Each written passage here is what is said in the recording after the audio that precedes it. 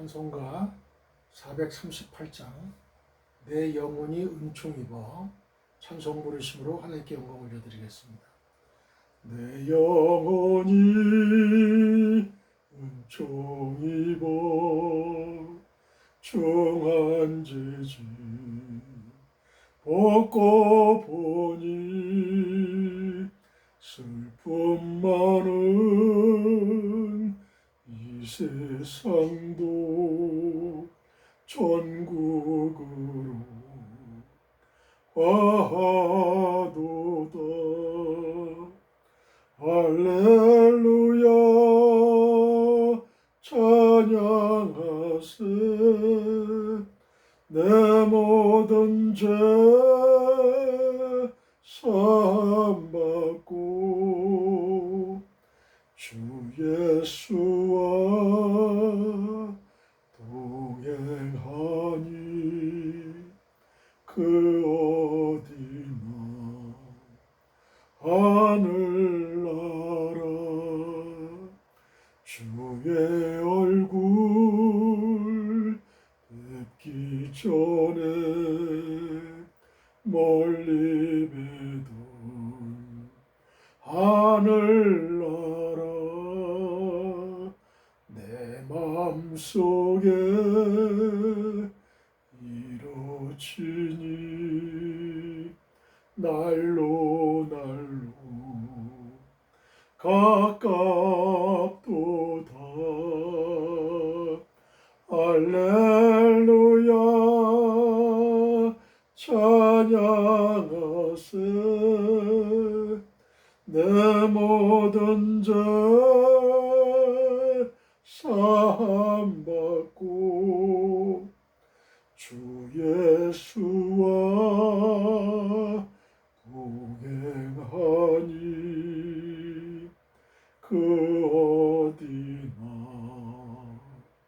하늘나라. 높은 산이 거친 들이 조막이나 궁궐이나 내 주 예수 모신 곳이 그 어디나 하늘나라. 할렐루야 찬양하세. 내 모든 죄 사함받고 주 예수와 동행하니 그 어디나 하늘나라. 할렐루야 할렐루야. 오늘도 기쁘고 즐겁고 좋은 날입니다. 하나님의 허락하신 새 날이에요. 좋은 날입니다. 내 영혼이 은총 입어 중한 짐 벗고 보니 내 영혼이 은총을 입었어요. 내 영혼이 은총을 입어서 천국을 가는 거예요. 하나님의 은총을 받지 않으면 구원을 받을 수가 없어요. 영생을 받을 수가 없어요. 천국에 갈 수가 없어요. 이게 얼마나 놀라운 축복인지 여러분 피부로 느껴야 돼요. 여러분 뼛속 깊이 느껴야 됩니다. 내 영혼이 하나님의 은총을 입어 중한 죄짐 벗고 보니. 내 영혼이 은총을 입으면 중한 죄짐이 벗겨져요. 슬픔 많은 이 세상도 천국으로 변합니다. 슬픔 많은 이 고해의 바다와 같은 인생, 이 슬픔 많고 안타까움이 많은 이 세상도 우리의 환경은 비록 슬프지만 그러나 하나님이 나와 함께 하시고 하나님이 나에게 은혜 주시고 축복 주시면 천국으로 변하는 거예요. 아무리 환경이 열악하고 환경이 아무리 어려워도 하나님께 기도로서 여러분의 소원을 아뢰보세요. 하나님은 반드시 피할 길을 주시고 더 나은 환경으로 하나님을 인도하십니다. 영원히 그 열악한 환경, 나쁜 환경, 슬픈 환경, 외로운 환경에 영원히 두질 않으셔요. 하나님은 그 환경에서 하나님을 찾고 하나님의 은혜를 깨닫고 하나님께 기도하기를, 하나님께 기도로서 서로 얘기하기를 원하시는 거예요. 하나님은. 여러분, 우리를 그 열악한 환경, 병든 환경, 사업에 실패한 환경, 상급학교 진학에 실패한 환경, 인간관계에 실패한 환경, 그곳에 영원히 두려고 그러는 게 아니에요. 가두려고 그러는 게 아니에요. 터널입니다. 터널이에요. 동굴이 아니에요. 터널이에요. 터널. 터널은 어느 순간 하는 빛이 비치는 그런 추구가 반드시 일어나는 거예요. 바로 그것이 그겁니다. 믿음의 생활은 바로 그거예요. 믿음의 테스트를 하시고 우리의 믿음을 연단시키시고 하는 그 이유가 뭐냐? 하나님을 잡으라는 얘기예요. 하나님만 믿으라는 얘기예요. 세상의 권력 믿지 말고, 세상의 돈 믿지 말고, 세상의 명예 믿지 말고, 사람의 인맥 믿지 말고, 학연, 지연, 혈연 믿지 말라는 거예요. 오로지 하나님, 살아계신 하나님만 나의 끈이 되게 도와달라. 이런 기도를 하셔야 돼요. 그러면 하나님 벌써 믿음의 테스트에서 합격! 그리고 찬란한 영광스러운 곳으로 우리를 존귀의 장소로 인도하시는 좋으신 하나님이십니다. 여러분, 여러분이 지금 어떠한 환경에 처해 있습니까? 다윗처럼 양을 지키는 외롭고 서럽고 일곱 형이, 형은 대통령과 같은, 오늘날의 대통령과 같은 사무엘 선지자를 만난다는데 나만 이게 뭐야? 아버지야, 아버지는 왜 나만 미워해?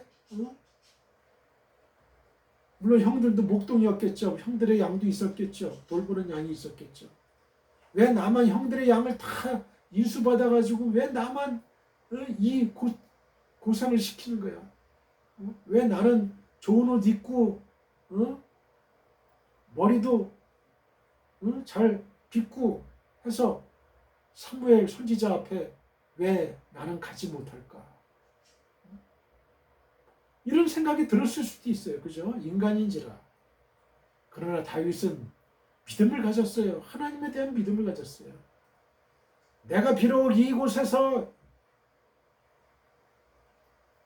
아버지와 형들의 양을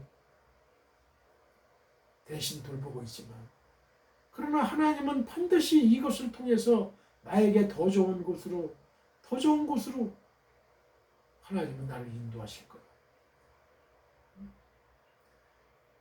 다윗은 하나님에 대한 믿음이 있었고, 의리가 있었고, 충성이 있었고, 믿음의 절개가 있었고, 하나님의 이름이 저 이방인 블레셋 장군 골리앗의 입에서 하나님을 망령되이 일컫는 그 말을 들을 때에 참을 수가 없어서 그 어린 나이지만 다윗은 목숨을 걸고 저 골리앗을 죽여야 되겠다, 이런 마음을 품는 정의의 사람, 의로운 사람, 믿음의 사람은 바로 이런 사람, 그리고 묵묵히 자기 일을 묵묵히 해나가는 이러한 사람, 이런 사람을 하나님은 선택하시는 거예요. 하나님이 내 마음에 합한 사람이다. 다윗은 내 마음에 합한 사람이야. 여러분, 하나님이 다윗의 어떤 점을 보셨을까요? 다윗의 그런 점들을 보신 거예요. 가능성을 보신 거예요. 잠재 능력을 보신 거예요. 여러분. 그리고 다윗은 회개의 사람이었어요. 자신이 밧세바와의 불륜을 통해서 하나님께 저지른 범죄, 또 밧세바의 남편 우리아 장군을 죽이도록 한 살인 교사죄, 그 범죄, 그 끔찍한 범죄, 나단 선지자가 죄를 지적했을 때 무릎을 꿇고 눈물병에 눈물을 흘리는 그러한 다윗, 회개했대요. 회개. 우리가 연약한 사람이라 다 범죄에 이를 수가 있어요. 허물이 있을 수가 있습니다. 그걸 탓하는 게 아니에요. 그걸 탓하는 게 아니야. 하나님은 회개하느냐 안 하느냐예요. 가룟 유다와 베드로의 차이가 뭡니까? 베드로는 회개했어요. 가룟 유다는 회개가 없었어요. 자살해버렸어요. 영원히 하나님과 등졌어요. 여러분, 그 차이예요. 겸손의 사람, 다윗은 겸손한 사람이었어요. 그리고 하나님의 성전을 사랑하는 사람이었어요. 그것은 하나님을 사랑하는 사람이었어요. 하나님, 나는 이 궁정에 있는데 하나님은 저 성막이 있지 않습니까? 제가 하나님을 위해서 성전을 지어드릴게요. 성전을 짓겠습니다. 아니야. 네 마음은 받겠다. 네 손에 너무 많은 사람들의 피가 묻혀 있어. 안 돼. 너는 안 되고 네 아들 솔로몬이 성전을 지을 거야. 다윗은 그래서 다 모든 재료들을 다 모아놨어요. 성전 건축하기 위한 재료들을 다 모아놨어. 그 다윗은 하나님을 사랑하는 사람이었어요. 회개의 사람이었어요. 믿음의 사람이었어요. 용맹한 사람이었어요. 자신의 목숨을 내걸면서 골리앗을 하고 맞붙었던 사람이에요. 내 마음에 합한 사람이야. 다윗은 내 마음에 합한 사람이야. 이런 다윗과 같은 저와 여러분이 되시길 바랍니다. 하나님이 보시기에 내 마음에 합한 사람이야. 왜? 하나님은 인간은 다 죄와 범죄를 허물을 지을 수밖에 없는 불완전한 인간이라는 걸 아는 거예요. 죄인이라는 걸 알아요, 하나님은. 그러나 그럼에도 불구하고 그 죄악을 회개하고 자신의 부족한 점을 드러내고 하나님, 나 이런 점이 부족해요. 하나님 도와주세요. 하나님을 의지하고. 다윗은 또 기도의 사람이었어요. 기도의 사람. 기도의 사람이잖아요. 시편 보면은 기도의 사람. 기도의 사람. 그리고 하나님은 용서의 사람. 용서의 사람. 사울 왕을 2번씩이나 죽일 기회가 있었는데도 죽이지 않잖아요. 하나님의 기름 부음을 받은 왕이라고. 하나님이 한테 맡기잖아요. 심판을 하나님께 맡기잖아요. 이런 사람. 이런 온유와 겸손. 사랑의 사람. 용서의 사람. 성령의 9가지 열매가 주렁주렁 맺힌 사람. 그러기에 하나님의 마음에 합했다. 이렇게 말하는 거예요. 여러분. 그런 사람이 우리 교회, 지구촌 교회 리더가 돼야 돼요. 리더가 돼야 돼요. 또 관용할 줄 알고, 베풀 줄 알고, 여러분 겸손하고 또 남을 세워줄 줄 알고, 이러면은 하나님이 그 사람을 안 쓰겠어요? 그 기간을 연장시켜 주실 거예요. 길게 연장시켜 주실 거예요. 여러분, 우리는 세상 사람들이 아니에요. 세상 사람처럼 경쟁하고 서로 이기려고 하고 남을 깎아내리려고 하고 죽이려고 하고 모욕을 주려고 하고 창피를 주려고 하고 이런 사람은 오래 못 가요. 절대 하나님은 그런 사람 쓰지를 않는다 이거예요. 하나님은 절대 쓰지 않아요. 버립니다. 사울처럼 버려요. 여러분. 사울처럼 버려요. 사울이 왜 버림을 받았습니까? 여러분. 사울이 왜 버림을 받았어요? 맨 처음엔 겸손했어요. 그러나 그 겸손함을 끝까지 견지하지 못했어요. 사울은 교만했어요. 왕으로서 제사장이 많이 해야 되는 그 제사를 드렸어요. 인간적인 생각으로. 그리고 하나님의 말씀을 정면으로 어겼어요. 다 죽이라. 다 죽이라고 했는데 아말렉 사람 다 죽여라. 그 소와 양과 모든 거, 소아와 어린 아이까지 그냥 전부 다 그냥 죽여라. 그랬는데 죽이질 않았어. 어겼어요. 교만했어요. 하나님 말씀을 어겼어요. 그러니 어떻게 사울을 쓸 수가 있겠어요? 사울을 쓸 수가 있겠냐? 사무엘은 하나님의 그 음성, 내가 사울을 버렸다는 그 말씀 듣고 너무나 슬퍼서 밤낮으로 눈물을 흘리면서 기도했어요. 마음이 너무 아픈 거야, 사무엘은. 이 사무엘은 선지자라 하더라도 그 하나님은 중심을 보지만, 사람의 중심을 보지만, 사무엘도 인간인지라 그 인간적인 외모를 봤다는 거예요. 너희는 외모를 본다, 이 외모. 외모라는 게 뭐야? 스펙이라든지 여러 학벌이라든지 뭐 그런 거죠. 그걸 본다는 거예요. 그래서 이세의 첫째 아들 엘리압을 딱 봤을 때 사울과 같이 그냥 장대하고 아주 힘이 있고 용맹스럽처럼 보였거든요. 그래서 이 사람이야말로 하나님이 택하신 사람이다 라고 해서 기름을 부으려고 했는데 하나님이 NO! 아니다. 사무엘이 인간적인 눈으로 본 거예요.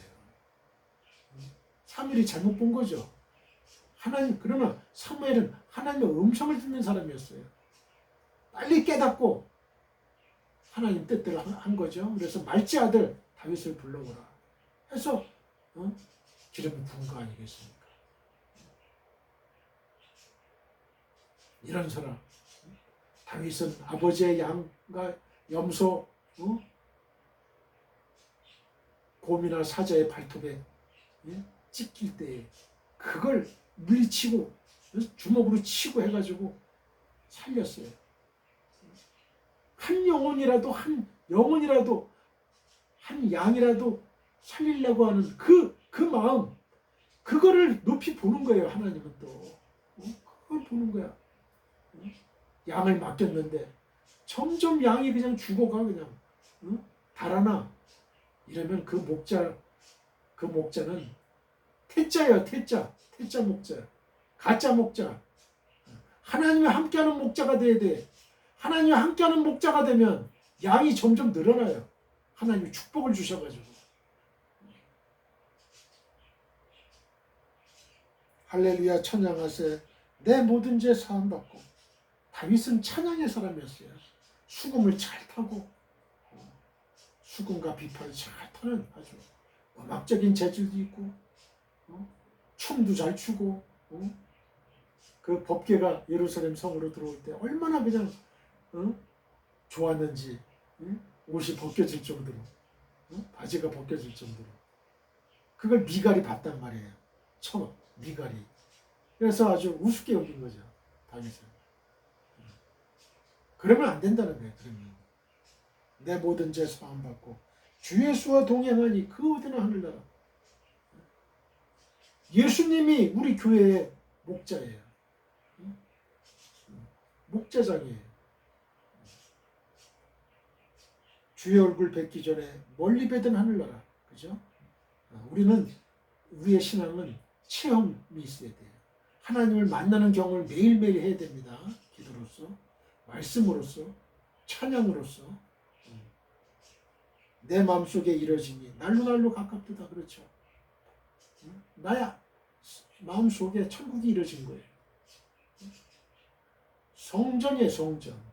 네, 성령이 계시는 전이니까 내 마음이 성전이라고.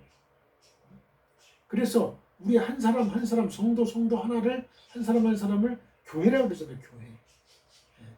교회는 예수 그리스도가 계신 곳, 성령이 계신 곳이에요. 높은 산이, 거친 들이, 초막이나 궁궐이나 내 주 예수 모신 곳이 그 어디나 하늘나라. 그렇죠? 내 주 예수 모신 곳이 그 어디나 하늘나라예요. 초막이면 어떻고 궁궐이면 어떻습니까, 여러분? 그 사람 속에, 마음속에 주 예수 그리스도가 있느냐? 우린 다 질그릇이에요.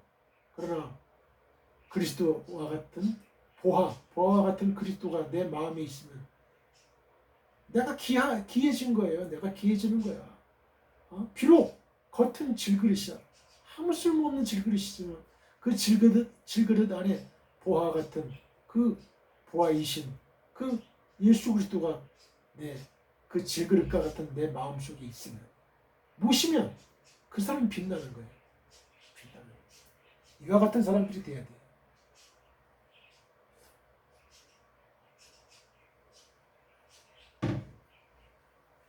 사랑하는 성도 여러분, 우리는 주님의 지상 명령을 따라 우리의 일평생을 전도와 선교를 해야 할 책임과 권리를 갖고 있습니다. 너희는 땅 끝까지 이르러 내 증인이 되리라고 예수님이 직접 말씀하셨습니다. 우리는 우리의 가까운 가족, 친족, 친구, 지인, 회사, 동료 등에게 이태호 목사의 유튜브 그리고 페이스북 등에서 설교 방송을 시청하라고 권하시면 됩니다. 검색창에 이태호 목사 설교라고 치면 저의 설교 영상을 시청하실 수가 있습니다. 다른 이야기는 하지 마시고 하나님의 감동적이고 은혜로운 말씀이 있으니 한번 시청하라고만 하시면 됩니다. 바로 그것이 전도요 선교입니다. Dear fellow believers, we have the responsibility and right to evangelize and to missions throughout our lives according to the Lord's great command. You will be my witnesses to the ends of the earth, said Jesus himself. We can recommend our close family, relatives, friends, acquaintances, and company colleagues to watch Pastor Riteo's sermon broadcast on YouTube and Facebook. If you type Pastor Riteo's sermon in the search box, you can watch my sermon video. Don't talk about anything else. There are God moving and gracious words, so you just have to watch it. That is evangelism missions. 오늘의 설교 제목은 하나님이 다윗을 선택한 이유입니다. 자, 저를 따라해 보세요. 하나님이 다윗을 선택한 이유. 본문은 사무엘상 16장 1절에서 23절입니다. 본문을 읽기 전에 저를 한번 따라해 주세요. 지구촌교회 수지성전 주일 2시 예배가 아주 하나님의 은혜가 넘친다면서요. 한번 앞뒤 좌우 사람들에게 이야기해 보세요. They say that the Sunday 2 o'clock service at the Global Church Suji Temple is very full of God's grace. Top the front, back, left and right people. 나만 은혜 받을 수 없어요. 다른 사람들도 천국잔치 은혜의 자리에 초청합시다. 앞뒤 좌우 사람들에게 이야기해 보세요. I cannot be the only one to receive grace. Let us also invite others to the heavenly banquet and the place of grace. Top the front, back, left and right people. 오늘도 하늘에서 성령의 은혜가 폭포수같이 떨어집니다. Today too, the grace of the Holy Spirit falls like a waterfall from heaven. 믿는 자는 아멘 하시기 바랍니다. Those who believe should say amen. 고백한 대로 될지어다. 아멘. Let it be done as you confessed. 아멘. 예수님만이 우리의 영원한 소망이요 목적입니다. Only Jesus is our eternal hope and purpose. 여러분과 여러분의 가정과 우리나라와 지구촌 교회 위에 주 예수 그리스도의 은혜와 하나님의 한없는 사랑과 성령의 교통하심이 영원히 함께 하시기를 간절히 축원드립니다. I sincerely pray that the grace of the Lord Jesus Christ, God's infinite love and the fellowship of the Holy Spirit will be with you and your family, our country, and the global church forever. 아멘. 사무엘상 16장 1절로 23절입니다. 다 같이 본문을 읽겠습니다. 여호와께서 사무엘에게 이르시되 내가 이미 사울을 버려 이스라엘 왕이 되지 못하게 하였거늘 네가 그를 위하여 언제까지 슬퍼하겠느냐. 너는 뿔에 기름을 채워가지고 가라. 내가 너를 베들레헴 사람 이새에게로 보내리니 이는 내가 그의 아들 중에서 한 왕을 보았느니라 하시는지라. 사무엘이 이르되 내가 어찌 갈 수 있으리까. 사울이 들으면 나를 죽이리이다 하니 여호와께서 이르시되 너는 암송아지를 끌고 가서 말하기를 내가 여호와께 제사를 드리러 왔다 하고 이새를 제사에 청하라. 내가 네게 행할 일을 가르치리니 내가 네게 알게 하는 자에게 나를 위하여 기름을 부을지니라. 사무엘이 여호와의 말씀대로 행하여 베들레헴의 이름의 성읍 장로들이 떨며 그를 영접하여 이르되 평강을 위하여 오시나이까. 이르되 평강을 위함이니라. 내가 여호와께 제사로 왔으니 스스로 성결하게 하고 와서 나와 함께 제사하자 하고 이새와 그의 아들들을 성결하게 하고 제사에 청하니라. 그들이 오매 사무엘이 엘리압을 보고 마음에 이르기를 여호와의 기름 부으실 자가 과연 주님 앞에 있도다 하였더니 여호와께서 사무엘에게 이르시되 그의 용모와 키를 보지 말라. 내가 이미 그를 버렸노라. 내가 보는 것은 사람과 같지 아니하니 사람은 외모를 보거니와 나 여호와는 중심을 보느니라 하시더라. 이새가 아비나답을 불러 사무엘 앞을 지나가게 하며 사무엘이 이르되 이도 여호와께서 택하지 아니하셨느니라 하니 이새가 산마로 지나가게 하며 사무엘이 이르되 이도 여호와께서 택하지 아니하셨느니라 하니라.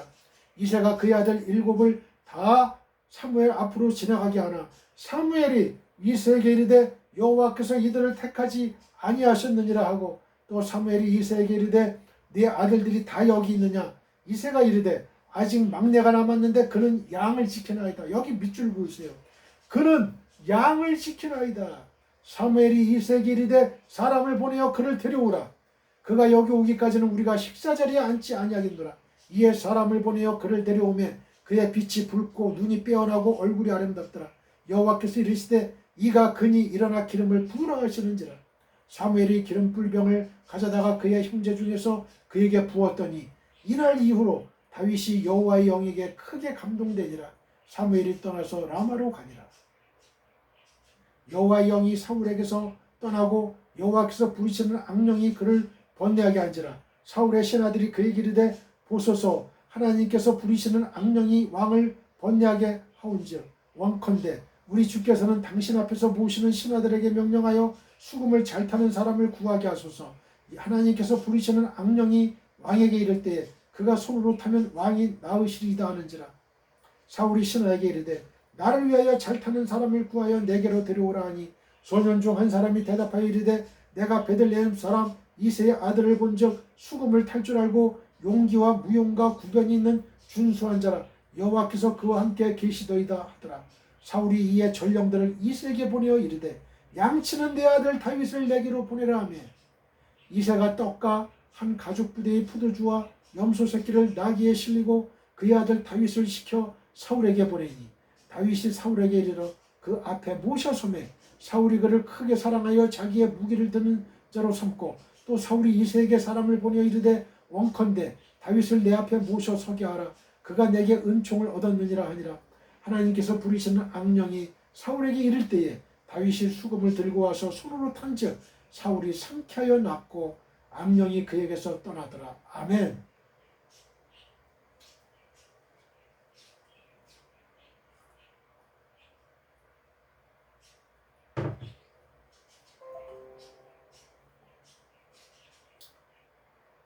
성경에서 다윗의 생애에 대한 이야기들은 사무엘서 그리고 열왕기서 그리고 역대서라는 기나긴 분량의 성경에 기록되어 있습니다.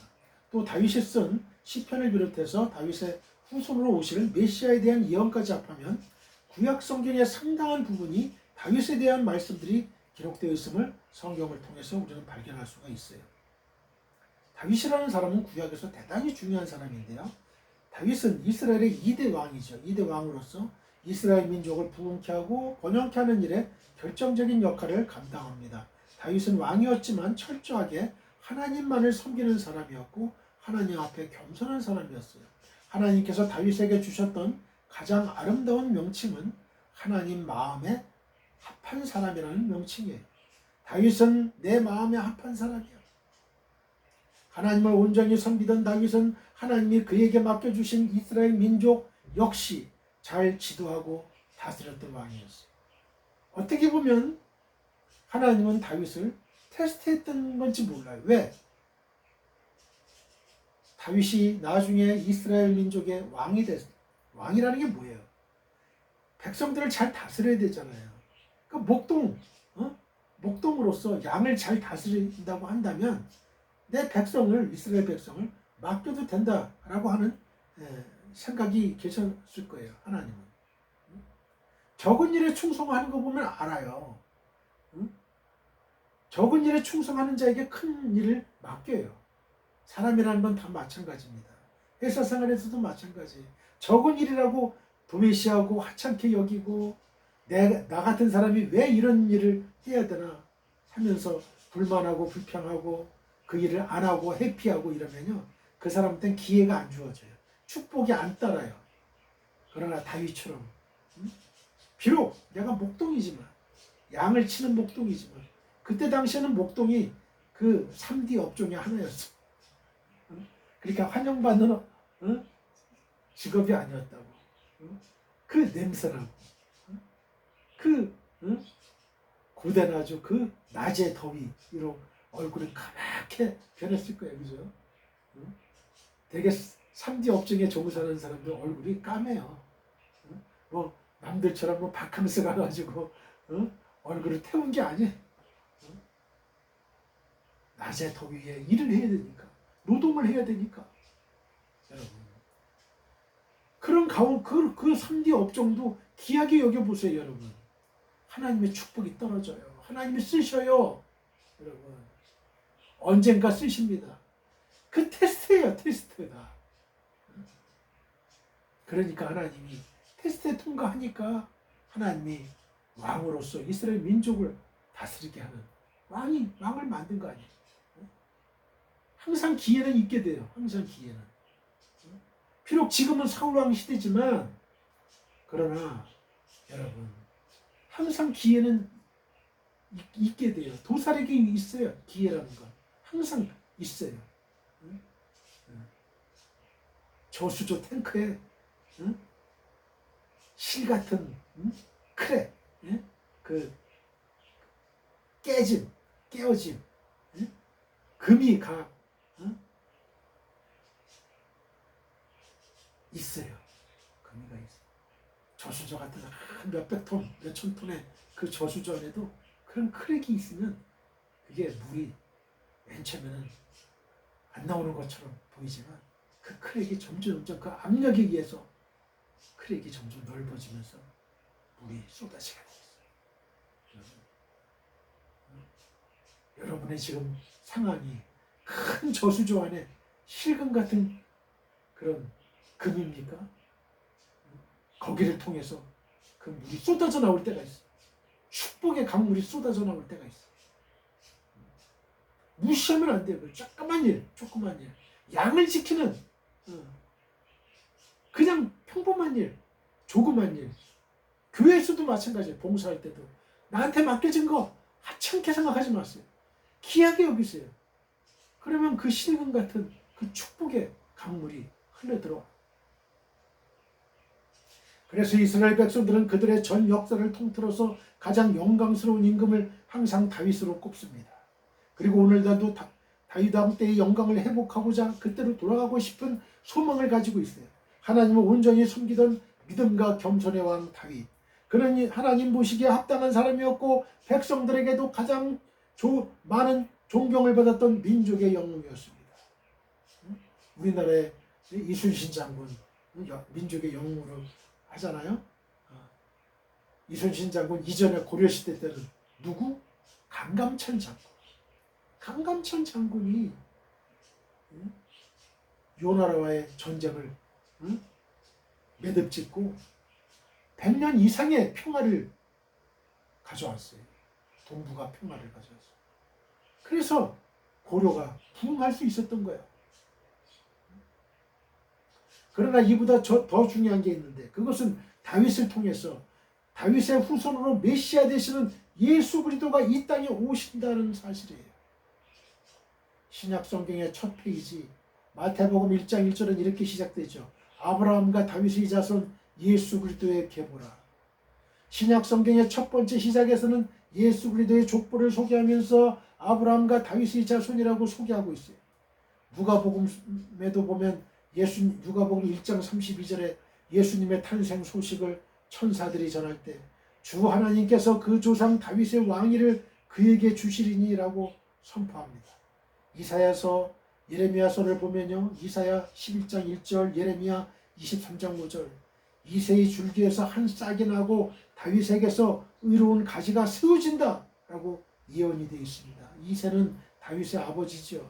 즉 이새와 다윗의 후손을 통해서 대단히 영광스럽고 놀라운 한 인물이 탄생할 것이라고 성경은 예언하고 있는 거예요. 결국 이 말씀은 다윗의 혈통을 타고 영광스러운 메시아로 이 땅에 오신 예수님이 오신다라고 소개하고 있는 거예요. 다윗의 후손으로 오신 예수님은 인류를 죄에서부터 구원하시는 구원의 주님이세요. 그리고 이 구원의 주님은 세상 마지막 때에 심판주로 다시 오십니다. 심판하기 위해서 오시는 거예요. 첫 번째 예수님은 구원주로 오셨고 이제 재림주로 오실 때는 심판의 주님으로 오십니다. 심판. 이처럼 우리의 구주로 이 세상에 오시도록 하나님께서는 예수님을 준비하셨고 이 목적으로 하나님께 쓰임받았던 사람이 바로 다윗인 거예요. 다윗이라는 인물이 처음 성경에 등장하게 된 것은 이스라엘 민족의 초대왕 사울이 하나님 앞에 범죄하고 왕위를 폐하시기로 결정할 때 하나님께서 사울을 버리시면서부터 다윗의 등장은 시작되는 거예요. 그렇죠? 역사의 한 시대가 끝나야 새로운 시대가 다시 도래하는 것처럼 하나님이 사울을 버리시면서 이제 왕을 세울 새로운 왕이 될 다윗이 등장하게 되는 거죠. 사무엘상 13장을 보면 하나님이 사울 왕을 버리게 된 이야기가 기록되어 있어요. 사울 왕이 하나님의 정하신 질서와 법규를 어기고 제사장이 해야 할 일을 사울 왕이 해버립니다. 그리고 이 일이 있은 후 하나님은 사무엘 선지자를 통해서 사울 왕을 대신할 사람을 찾기 시작하세요. 13장 14절을 보면 다음과 같이 사무엘 선지자가 말합니다. 지금은 왕의 나라가 길지 못할 것이라 여호와께서 왕에게 명령하신 바를 왕이 지키지 아니하였으므로 여호와께서 그의 마음에 맞는 사람을 구하여 여호와께서 그를 그의 백성의 지도자로 삼으셨느니라 하고 불순종과 더불어 회개할지 모르는 사울 왕을 버리기로 작정하신 그 하나님께서 그 하나님의 마음에 맞는 사람을 찾아 백성의 지도자로 삼으신다고 말씀하고 있어요. 사울 왕을 대신해서 하나님의 마음에 맞는 사람을 찾으시던 중에 하나님은 마침내 다윗이라는 사람을 발견하게 되십니다. 시편 89편 20절을 보면 하나님이 다음과 같이 선포하세요. 내가 내 종 다윗을 찾아내어 나의 거룩한 기름을 그에게 부었도다. 하나님의 마음에 맞는 사람을 찾으시려고 두루 살펴보시다가 마침내 하나님이 다윗을 찾으시고 다윗에게 거룩한 기름을 부었다라고 말씀하고 계시는 거예요. 하나님이 하나님의 사람을 찾으신다고 할 때 이 찾는다라는 말은 두 가지 차원에서 쓰여져요. 하나는 구원의 차원에서 쓰이고 나머지 하나는 소명의 차원에서 쓰여져요. 구원의 차원이라 하면 하나님이 잃어버린 영혼을 구원하기 위해서 죄와 사망에서 구원하시기 위해 찾으신다는 거예요. 복음서에 보면 예수님이 잃어버린 양을 찾는 목자와 집 나간 탕자를 기다리는 아버지의 비유로 영혼에 대한 구원을 이야기하셨습니다. 99마리의 양보다 잃어버린 한 마리의 양을 찾기 위해서 고군분투하는 목자의 모습, 집 나간 탕자를 애타게 기다리는 아버지의 모습, 이것이 하나님이 영혼을 구원하시려고 찾는 하나님의 마음과 같다라는 거예요. 영혼 구원에 대한 찾음과 더불어 또 하나는 소명적 차원에서의 찾음입니다. 하나님이 우리를 구원하신 이유는 단순히 천국에 가는 것으로 끝나는 게 아니에요. 단순히 하나님의 자녀로만 삼기 위해서 우리의 영혼을 찾아 구원시키신 것이 아니라는 거예요. 우리가 구원받았으면 이제 하나님의 영광을 위해서 하나님의 뜻에 합당한 사람들로 쓰임을 받아야 되는 거예요. 하나님은 구원받은 백성들 중에서 주의 뜻에 순종하며 하나님의 마음에 맞는 일꾼을 찾으십니다. 하나님이 우리를 구원하신 궁극적인 목적은 우리를 하나님의 영광을 드러내는 일에 사용하시기 위해서예요. 근데 그동안 한국교회 많은 목사님들이 구원에만 너무 초점을 두고 구원받은 후에 그 일은 얘기를 안 한 거예요. 그래서 저도 옛날에 어렸을 때는 그렇게 생각을 했어요. 아, 나 구원받고 이제 천당 가면 되는구나. 천국 가면 되는구나. 그 다음에 일이 없어. 그 다음에 일이. 그 우리를 구원하신 목적은 하나님이 하나님의 영광을 위해서 드러내는 일에 우리를 사용하려고 하는 거예요. 사용하려고. 쓰시려고 하는 거예요. 여러분. 그 군인들이 훈련을 많이 받잖아요. 그죠? 그 훈련만 받고 그냥 땡이야? 훈련 받았으니까 난 다 임무 완수했어? 아니죠. 훈련은 뭘 하기 위해서 훈련 받는 거예요? 일단 유사시에 전쟁이 일어났을 때에 적군하고 싸워서 이기려고, 그리고 적군의 그 총칼로부터 내 몸을 보호하려고, 그죠? 그래서 훈련 받는 거 아니겠어요? 훈련 그 자체가 목적이 아니라고. 전쟁에서 이기기 위해서. 구원 그 자체가 목적이 아니에요. 구원받은 사람들이 뭘 해야 되느냐? 하나님의 영광을 드러내고 하나님의 그 말씀을 전하기 위해서, 땅끝까지 전하게 하기 위해서, 복음의 증인되게 하기 위해서 하나님이 우리를 구원하셨다 이거예요.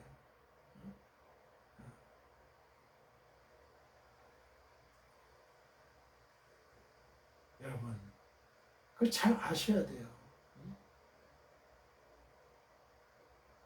칼바르트라는 신학자가 있어요. 이 칼바르트는 신정통주의예요. 신정통주의.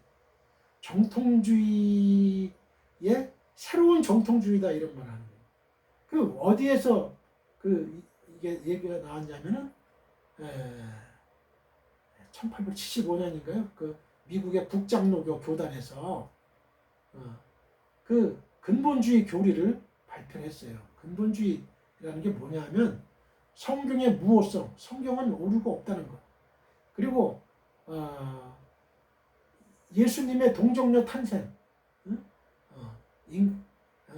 성모 마리아를 통해서 인간의 몸을 통해서 예수님이 태어났다는 것, 육체로 태어났다는 것. 그 다음에 예수님이 그 기적을 행한 그 역사적, 역사성, 기적의 역사성. 하나님이 일으키신 기적은 다 역사적인 거예요. 현실적인 거예요. 구체적인 거고 실체적인 거고 실제적인 거예요. 예수님 부활, 예수님 부활하셨다. 십자가에 부활하셨다. 예수님 다시 오신다. 재림하신다. 그런데 이 근본주의, 이 성경의 근본된 거예요. 이거에 반대해서 나온 게 칼바르트라고 신정통주의.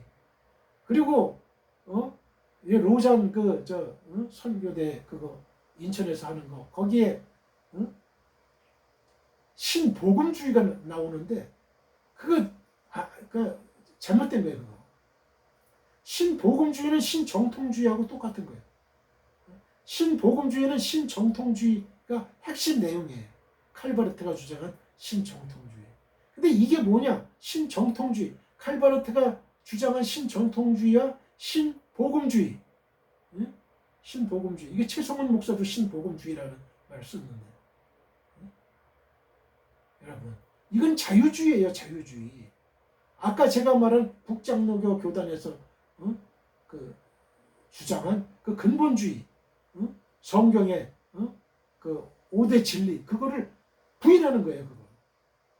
성경의 무호성도 부인하고 예수님 동정녀도 탄생도 부인하고 예수님 역사적으로 기적 행한 것도 부인하고 예수님 다시 부활한 것도 부인하고 예수님 다시 오시는 것도 부인하고 성경이 이걸 부인하면 그게 성경을 믿는 거예요? 하나님을 믿는 거예요? 아니잖아요. 잘 알아야 돼요. 이거 잘 알아야 돼. 그 자유주의예요. 자유주의. 자유주의는 이걸 안 믿어요. 우리는 근본주의, 신앙에 근본해서 근거해서 우리는 신앙을 갖는 거예요. 성경은 하나님의 1.1억도 변함이 없는 하나님의 말씀, 하나님의 말씀이니까 무호성, 오류가 없다는 걸 믿어야 되는 거죠. 그런데 칼바르트가 주장한 신정통주의, 또 로잔 대회 거기서 주장하는 신복음주의, 이건 자유주의예요. 자유주의. 똑같아. 신정통주의, 신자본주의 이코르 자유주의. 다 믿지 않는 거야. 성경 믿지 않는 거야. 기적 믿지 않는 거야. 잘 알아야 돼요. 요한복음 15장 16절에서 예수님은 너희가 나를 택한 것이 아니요 내가 너희를 택하여 세웠나니 이는 너희로 가서 과실을 맺게 하려 함이라 라고 말씀하셨어요. 예수님이 왜 너희를 택해서 세웠냐? 이는 너희로 가서 과실을 맺게 하려고. 과실을, 전도의 과실. 주님이 우리를 선택하신 이유, 우리를 구원하신 이유는 바로 우리로 하여금 열매를 맺게 하기 위해서입니다.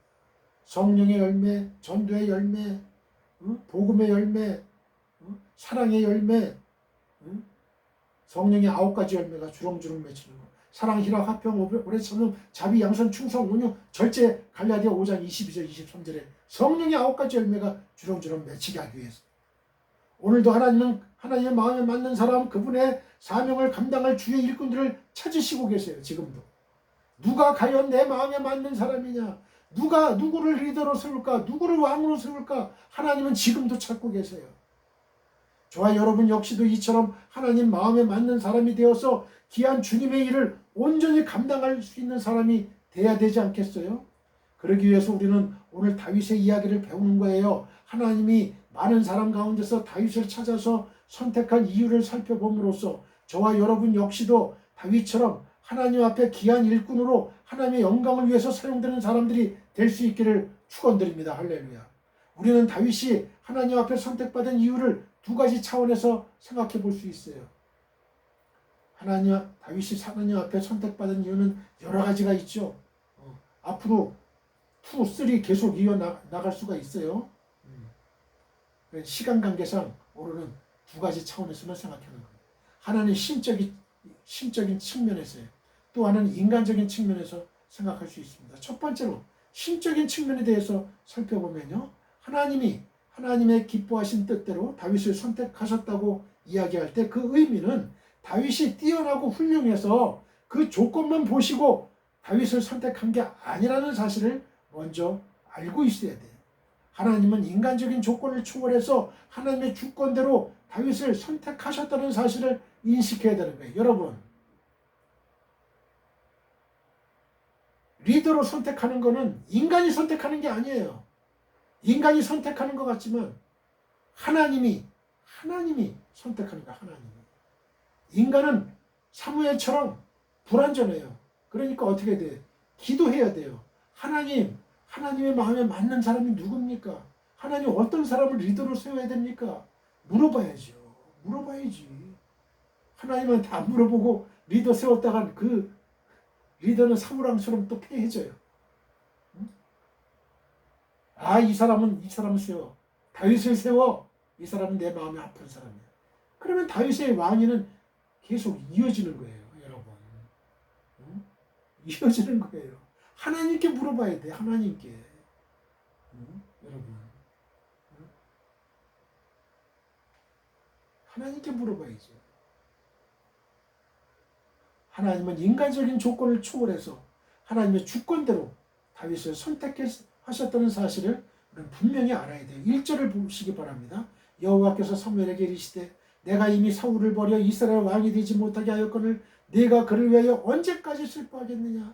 너는 뿔에 기름을 채워가지고 가라. 내가 너를 베들레헴 사람 이새에게로 보내리니 이는 내가 그의 아들 중에서 한 왕을 보았느니라 하시는지라. 하나님이 한 왕을 보았대요. 하나님이 한 왕을 봤대. 하나님이 지금 지구촌 교회에 한 왕을 본 거야. 한 왕을 봤어요. 그게 누굴까? 찾아야죠.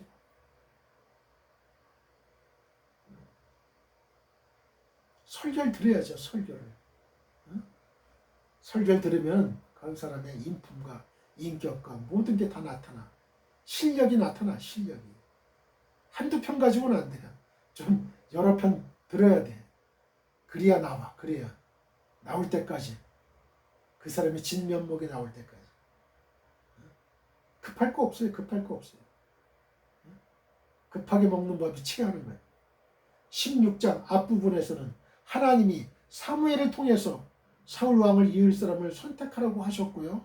그 사람을 이새의 아들들 중에서 하라고 말씀하셨어요. 사무엘은 이새라는 사람의 집에 가서 이새의 아들들을 한 명 한 명 살펴보고 하나님이 선택하신 왕이 누구인지를 보는 거예요. 6절을 보시길 바라요. 그들이 오매 사무엘이 엘리압을 보고 마음에 이르기를 여호와의 기름 부으실 자가 과연 하나님 앞에 있도다 하였더니, 이건 사무엘이 인간적으로 본 거예요. 사무엘이 이새의 아들들을 보는 와중에 엘리압이라는 이새의 장자를 보고 이 사람이 하나님의 기름 부으실 사람이구나 라고 생각하게 된 거예요. 사무엘이 사울 왕을 선택을 했을 때처럼 사울 왕 같은 그러한 용모와 키가 있었던 모양이에요. 사무엘의 눈으로 볼 때 엘리압이 마음에 들었던 거예요. 그때 하나님이 사무엘의 마음을 아시고 7절에서 이렇게 말씀하십니다. 여호와께서 사무엘에게 이르시되 그의 용모와 키를 보지 말라. 내가 이미 그를 버렸노라. 내가 보는 것은 사람과 같지 아니하니 사람은 외모를 보거니와 나 여호와는 중심을 보느니라 하시더라. 7절에서 하나님이 용모와 키를 보지 말라고 하신 말씀에 근거해서 이새의 장자 엘리압이 아마 사울처럼 외모적으로 준수하고 듬직한 사람이었던 것 같아요.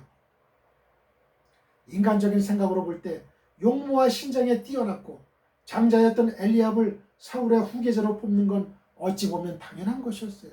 그러나 하나님께서는 엘리압을 마음에 들어하는 사무엘에게 이런 유명한 말씀을 하십니다. 내가 보는 것은 사람과 같지 않다. 사람은 외모를 본다. 그러나 나 여호와는 중심을 봐. 이 얘기예요. 우리는 이 사실에 있어서 먼저 하나님이 사람을 선택하시는 조건이 인간적인 조건과 반드시 일치하는 건 아니라는 사실을 우리는 보고 있죠. 이새의 아들들은 총 8명이었어요. 8명. 이 8명 가운데 제일 마지막 말제 다윗을 하나님이 이스라엘의 2대 왕으로 삼을 줄을 누가 상상이나 할 수 있었겠습니까? 여러분, 다윗은 아버지 이새로부터도 인정받지 못하고 그 형 7명으로부터도 인정받지 못한 그런 철부지 어린아이, 그렇게 여겨졌던 다윗이에요.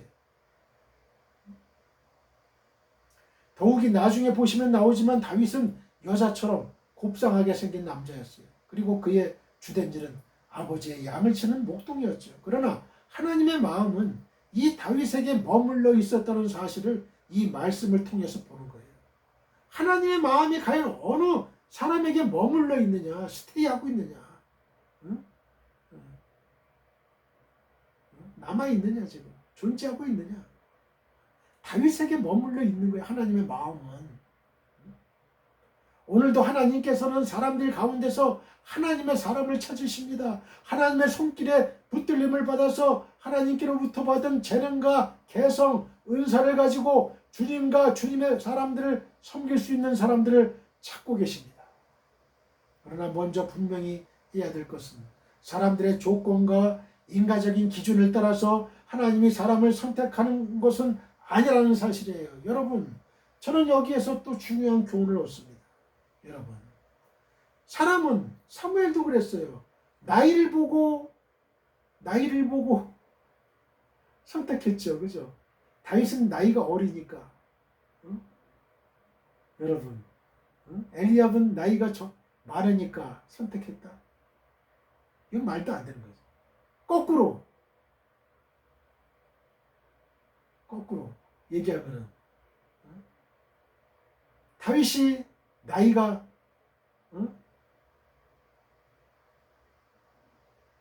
어려서 선택했고 엘리압은 나이가 많아서 선택을 못 받은 거예요? 그가 아니라는 거예요. 그거는. 나이가 아니라는 거예요. 나이는 많을 수도 있고 적을 수도 있어요. 그거는. 그 사람의 학식이 많을 수도 있고 적을 수도 있어요. 그 사람의 말주변이 좋을 수도 있고 나쁠 수도 있어요. 그 중심을 보시는 거예요. 하나님은 그 중심을 보시는 거예요. 나이가 80이면 어때요? 90이면 어때? 죽을 때까지 하나님의 복음을 전하는 거예요. 여러분, 모세는 80에 하나님이 들어주셨습니다.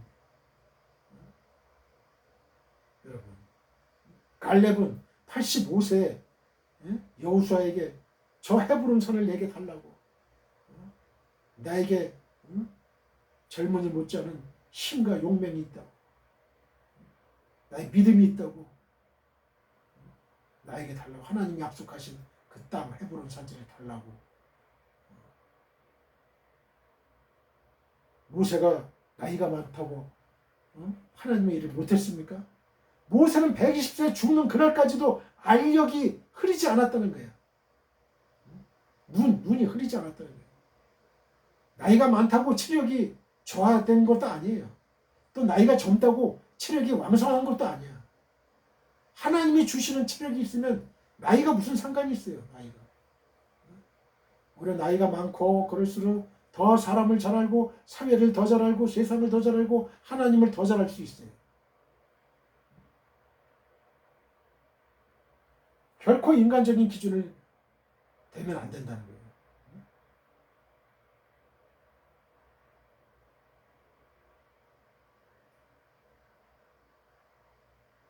사람들의 조건과 인간적인 기준을 따라서 하나님이 사람을 선택하시는 게 아니라는 거예요. 때때로 하나님은 인간들의 상식을 깨뜨려 버려요. 당연히 저 사람이면 하나님의 일을 능히 잘 감당할 수 있을 거야 라고 생각되는 사람을 하나님은 쓰시지 않을 때도 있는 거예요. 오히려 어떻게 저런 사람이 하나님 앞에 쓰임받을 수 있었을까? 라는 생각을 할 수도 있어요. 어떻게 저 사람은 저렇게 허물이 많고 또 인간적인 기준을 봤을 때 그렇게 돋보이지 않는 그런 사람을 하나님은 쓰실까? 도저히 이해가 안 된다. 상식적으로 이해가 안 된다. 이렇게 생각할 수도 있어요. 부족하고 연약한 자를 선택하셔서 하나님의 영광을 그에게서 나타내시는 거예요. 고린도전서 1장에서 우리는 이런 하나님의 선택의 아름다움을 찾아볼 수 있습니다. 사도 바울이 고린도 교회 성도들에게 이렇게 편지를 씁니다. 26절에 형제들아 너희를 부르심을 보라. 육체를 따라 지혜로운 자가 많지 아니하고 능한 자가 많지 아니하고 문벌 좋은 자가 많지 아니하도다. 27절 29절 그러나 하나님께서 세상에 미련한 것들을 택하사 지혜 있는 자들을 부끄럽게 하려 하시고 세상에 약한 것들을 택하사 강한 것들을 부끄럽게 하려 하시며 하나님께서 세상에 천한 것들과 멸시받는 것들과 없는 것들을 택하사 있는 것들을 패하려 하시나니 이는 아무 육체도 하나님 앞에서 자랑하지 못하게 하려 하심이라. 아멘. 하나님이 쓰시고 있는 하나님의 사람들 가운데는 세상적으로 능력과 지혜가 뛰어난 사람은 그렇게 많지가 않아요. 왜 그렇죠? 그 이유를 미약하고 약한 것들을 택하셔서 세상에 지혜 있고 강한 자들을 부끄럽게 하시기 위해서입니다. 즉 아무 육체도 하나님 앞에 자랑하지 못하게 하려 함인 것입니다. 만일 세상적으로 능력과 지혜가 뛰어난 사람이 하나님 앞에 선택을 받아 하나님의 일을 하게 되었다면 우리는 당연히 그 사람을 보고 저 사람은 본래 똑똑하니까 저 사람은 본시 뛰어났으니까 그가 그런 일을 하는 것이 타당하다라고 생각할 거예요. 그러나 그럴 만한 인간적인 조건이 없는 사람이 하나님의 놀라운 일을 감당할 때 사람들은 그 사람 속에서 역사하시는 하나님의 위대하고 놀라운 능력을 주목하기 시작을 합니다. 아시시의 성자 프랜시스에게 어느 날 한 사람이 찾아와서 이렇게 말했어요. 어떻게 하면 선생님처럼 하나님 앞에 놀랍게 쓰임받을 수 있을까요? 사람들이 선생님을 만나면 모두 변하는데 그러한 일을 감당할 수 있는 비밀이 도대체 무엇입니까? 이때 아시시의 성자 프랜시스는 이 질문을 던진 사람을 물끄러미 바라보면서 이런 대답을 했답니다. 전능하신 하나님은 어느 날 이 지구상에 살고 있는 그 많은 사람들을 바라보셨습니다. 그리고 많고 많은 사람들 가운데서 이 땅 위 모서리 한 구석에 가장 연약하고 가장 무지하고 가장 미련한 한 사람을 보시기 시작했습니다. 거기에 하나님의 눈동자는 머무셨습니다. 그리고 하나님은 이렇게 말씀하셨습니다. 그렇다. 저 사람이다. 저를 통해서 나의 강함과 나의 지혜로움과 나의 능력을 나타내리라. 그것이 하나님이 나를 선택하신 이유의 전부입니다.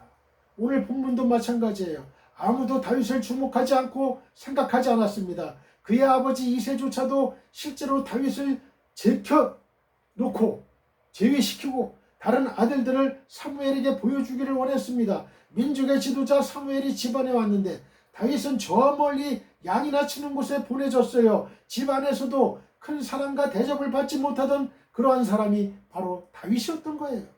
그러나 하나님은 아무도 관심을 주지 않는 다윗에게 시선을 두셨습니다. 그리고 다윗을 선택하셔서 하나님의 영광을 위해 사용하셨습니다. 하나님의 선택 기준은 때때로 인간적인 선택 기준과 전혀 다르다는 사실을 우리는 이 말씀 앞에서 발견할 수 있어야 됩니다. 하나님은 하나님 자신의 주권적 의지를 따라 주님께서 기뻐하시는 뜻대로 하나님 당신의 사람을 찾으십니다. 이것이 부족한 저와 여러분이 하나님의 자녀로 구원받은 이유고 하나님의 백성으로서 축복의 통로로 쓰임받을 수 있는 이유인 것입니다. 우리는 이것을 하나님의 은혜라고 부릅니다. 은혜란 받을 만한 자격이 없는 사람이 그럼에도 불구하고 아무런 조건 없이 받는 축복과 사랑입니다. 우리는 그럴 만한 아무런 조건이 없는데 하나님 앞에 이러한 축복과 사랑을 받은 사람들입니다. 그러므로 이러한 은혜를 받은 우리들은 늘 하나님 앞에 겸손해야 되고 늘 하나님 앞에 감사와 찬양의 삶을 사는 사람들이 되어야 할 것입니다. 두 번째로 인간적인 측면에 대해서 살펴보도록 하겠습니다.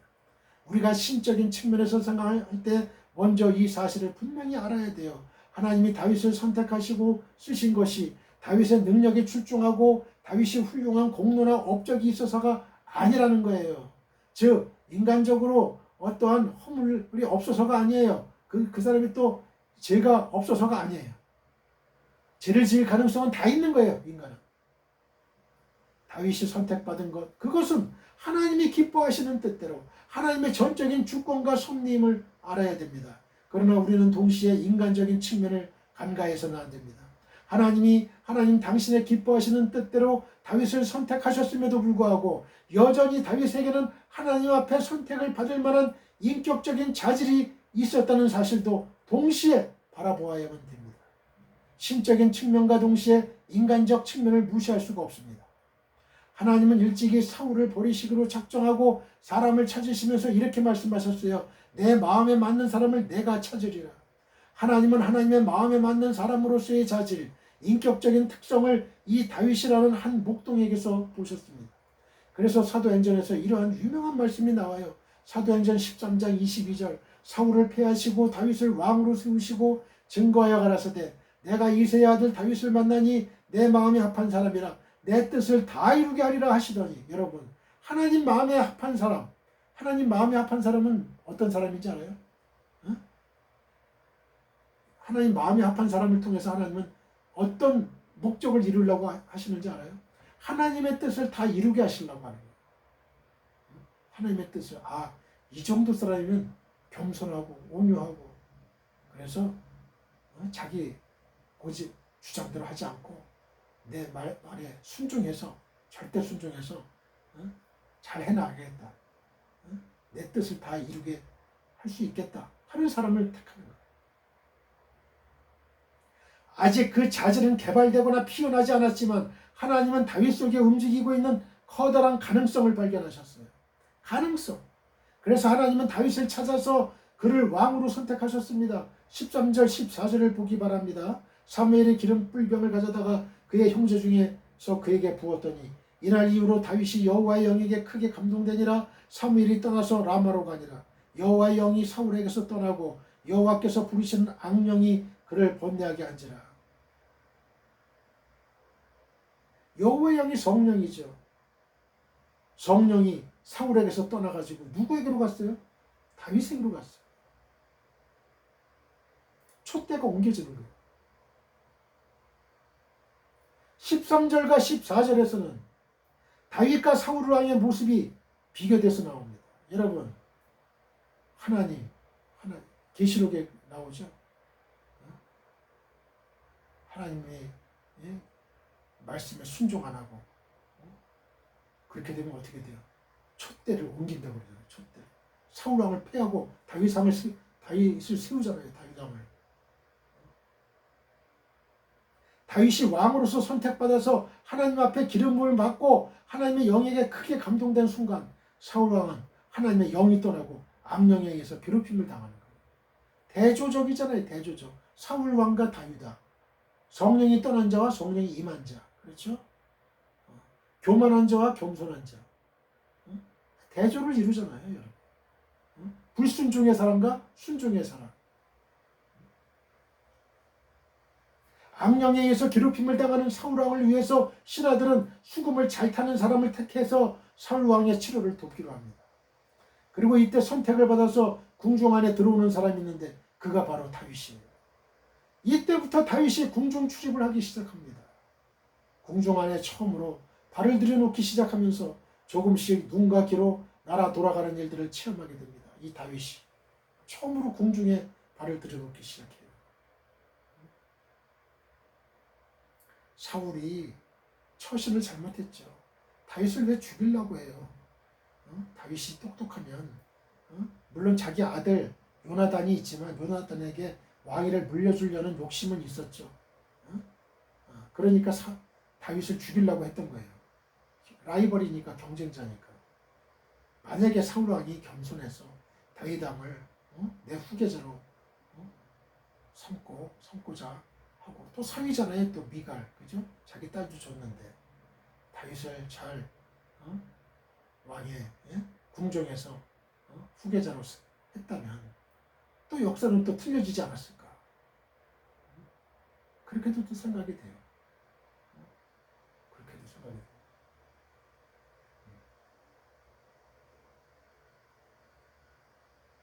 다윗이 사람들에 의해서 선택을 받아서 궁중으로 들어오는 과정에서 보면요, 다윗의 인간적인 모습이 잘 나와 있습니다. 18절을 보시기 바랍니다. 소년 중 한 사람이 대답하여 이르되 내가 베들레헴 사람 이새의 아들을 본즉 수금을 탈 줄 알고 용기와 무용과 구변이 있는 준수한 자라, 여호와께서 그와 함께 계시더이다 하더라. 물론 역사는 하나님이 이끌어 가시는 거예요. 제 말은 하나의 가정이고 가정일 뿐이지. 하나님이 계획하신 대로 이루어지는 거예요. 이 말씀은 다윗에 대한 인물 묘사예요. 악기를 잘 타고 용기와 무용과 구변이 있는 준수한 사람. 하나님이 그와 함께한 사람이라고 다른 이들이 다윗을 칭찬하고 있는 거예요. 저 사람은 하나님이 함께하는 사람이야. 이런 말 들어야 돼. 저 이태원 목사는요. 저 이태원 목사의 얼굴만 봐도 은혜가 가. 이태원 목사의 설교를 들으면 너무나 은혜가 가. 하나님의 사람이야. 이런 말 듣기를 가장 원합니다. 저는. 그런 말 듣기를 원해요. 그러기 위해서 저는 날마다 하나님께 기도하고 무릎 꿇고 기도하고 애기하고 그러면서 살아야 돼. 다윗은 예술적인 재능이 뛰어났던 사람이에요. 그래서 수많은 시편들을 작성했고 아름다운 음악으로 하나님을 찬양했습니다. 그리고 사자와 곰과 싸워서 양떼를 지키는 용기도 가졌어요. 또 다윗은 구변과 지혜가 뛰어나서 사람들을 잘 관리하고 다스릴 줄 아는 사람이었어요. 다윗은 하나님과의 교통을 위해서 하나님이 허락하시는 놀라운 지혜를 받았던 사람이에요. 또한 다윗은 준수한 사람이라고 성경은 소개합니다. 이 준수라는 말은요, 단순히 인간적인 매력만이 아니라 하나님 보시기에 아름다운 어떤 자질이 있었다는 사실을 나타낼 때 쓰는 말이죠. 사울왕 역시도 외모뿐만 아니라 처음에는 하나님 보시기에 내면의 아름다운 인격적인 성품과 자질을 가지고 있었어요. 사울도. 그러나 사울은 처음에 겸손함을 잃어버리고 내면의 아름다움을 더럽히는 때까지 타락해버려서 하나님의 버림을 받았습니다. 하지만 다윗은 인생의 말년에까지 하나님 앞에 겸손함을 잃어버리지 않았어요. 어린 시절 다윗은 다른 사람들이 볼 때도 그는 하나님과 함께하는 사람이다라는 증거를 받는 사람이었어요. 여기에 다윗의 아름다운 인간적인 측면을 발견합니다. 우리는 하나님의 은혜를 사모해야 됩니다. 그리고 동시에 하나님의 은혜 안에서 내가 하나님 앞에 합당한 자로 세워져야 됩니다. 하나님이 보시기에 우리의 마음과 믿음이 준수하고 아름다운 사람들이 볼 때도 진정 하나님을 믿는 참 그리스도인이라는 증거를 받을 수 있는 삶을 살아야 된다는 거예요. 하나님께서는 오늘날 이러한 사람을 찾고 계십니다. 저와 여러분은 하나님이 보실 때 하나님의 마음에 맞는 사람, 하나님의 마음에 합한 사람이 되시기를 축원드립니다. 또 사람들이 볼 때 정말로 하나님이 함께 하신다는 증거를 받을 수 있기를 축원드립니다. 그러므로 하나님이 찾으시는 사람이 되어 하나님 앞에 다윗처럼 아름답고 귀하게 쓰임받을 수 있는 저와 여러분들이 되시기를 축복드립니다. 축원드립니다. 할렐루야. 우리 모두 하나님 아버지께 기도드립시다. 하늘에 계신 나의 아버지시여, 주의 성령님께서 오늘 이 방송을 시청하는 설교를 들은 지구촌교회 모든 성도님들에게 믿음의 복을 주옵소서. 하나님이 보실 때 하나님의 마음에 맞는 사람, 하나님의 마음에 합한 사람이 되게 하옵소서. 또한 사람들이 볼 때 정말로 하나님이 함께 하신다는 증거를 받을 수 있게 하옵소서. 그러므로 하나님이 찾으시는 사람이 되어 하나님 앞에 다윗처럼 아름답고 귀하게 쓰임받게 하옵소서. 예수님의 거룩하신 이름으로 기도드립니다. 아멘. 지금은 우리 주 예수 그리스도의 은혜와 하나님 아버지의 극진하신 사랑과 성령님의 감화감동 교통 역사하시기, 지금 이 방송 예배에 참여하고 있는 모든 지구촌에 있는 성도님들과 그 가정과 직장과 사업장과 우리의 민족과 나라와 한국교회와 세계교회와 우리 사랑 선교회 위에 영원히 함께하기를 축원하옵나이다. 아멘.